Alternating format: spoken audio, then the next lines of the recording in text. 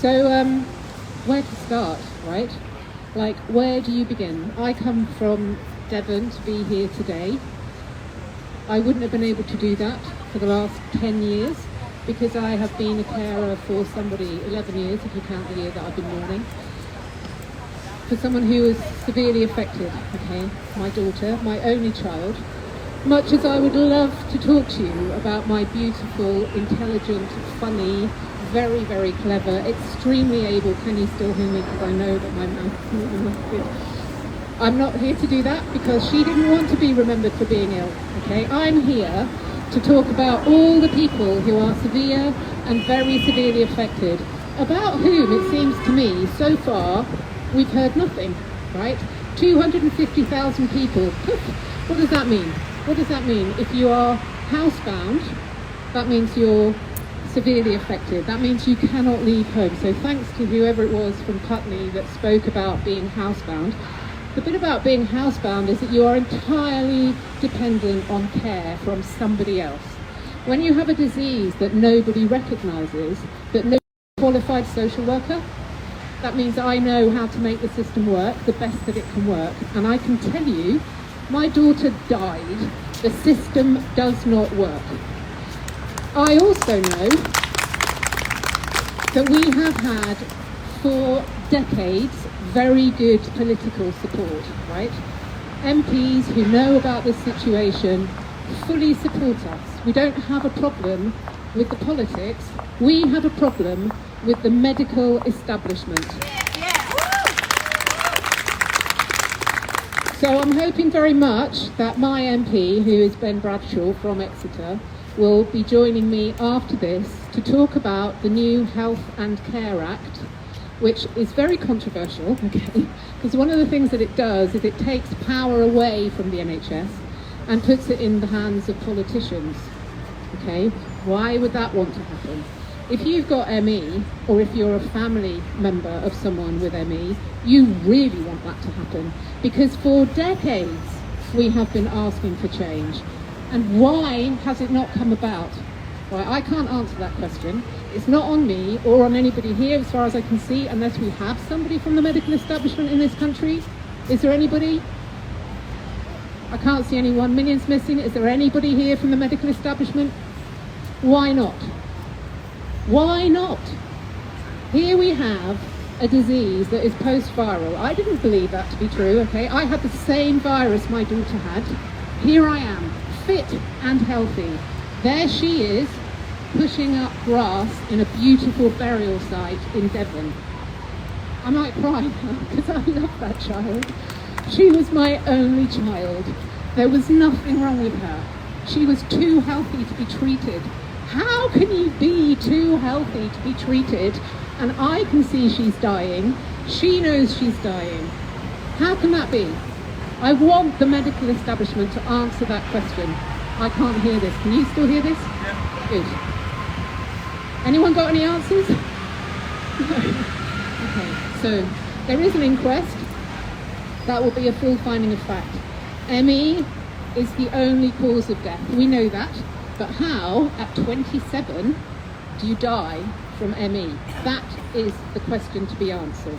I don't have the answer, but I am confident that that process, because no one will be held to blame, that process will answer the question. So there's a few people that I really want to thank. I've probably gone over my time. There's a few people that I really want to thank, and I might get the names wrong. Alan Matthews, is that right? Alan Matthews, who was the person who, is that right? Yeah, thank you. He was the person who is now very seriously ill, okay? That means he is more than housebound, he is bedbound because his symptoms got worse. But if it wasn't for him, and as far as I know he lives in Australia, all right, so we've needed help from outside this country. He asked freedom of information questions that exposed the PACE trial for what it was, which was a complete sham, a complete lie. And from that, I learnt, oh, the reason that my daughter is being ignored by medicine completely, despite having more symptoms than we could actually put on a page of A4, is because severe ME was never recognised in case. Very severe ME, when you need to be tube fed, right? How many diseases can you make up? Can you imagine yourself to be so ill that you have to be tube fed to stay alive? I'm sorry for everyone here who is not severely affected yet, but I urge you, please go home and rest. Don't come to places like this. Save your energy. My daughter had nothing else wrong with her, and she steadily got worse. So it scares the life out of me. I come here, it's a post-viral condition. How many people are wearing masks? COVID hasn't got away. I feel worried for you all, right? I've got my mask in my pocket. Anybody can get it. Anybody can get it. So Alan Matthews, he's the one. Ask for freedom of information. Thank you, Alan, because that way NICE could review the guideline. Thank you to him. Thank you also to Sophia Mertz's mum, who insisted that they reopen the inquest into her death. She also died from ME. She's a bit older than my daughter. But she made sure that people know, and you can look for this, that people know, Fiona, her name is, she is also sadly no longer here. I wish she could be here because she could see we have made some progress. There is a website, you can look on it and you can see what happened to her daughter. She died because of a hospital admission. My daughter died because of a hospital admission. And Claire, I don't know if Claire's still here, who insisted that ME go on the death certificate of her daughter, Meryl. And probably lots of you will know about Meryl Crofts. The courage that it takes to show your child in photographs at their absolute most poorly is, well, I just, people tell me that I'm courageous. Let me tell you, I'm not courageous. I don't have anywhere else to go. I need to know what happened to Maeve. That's why I'm here.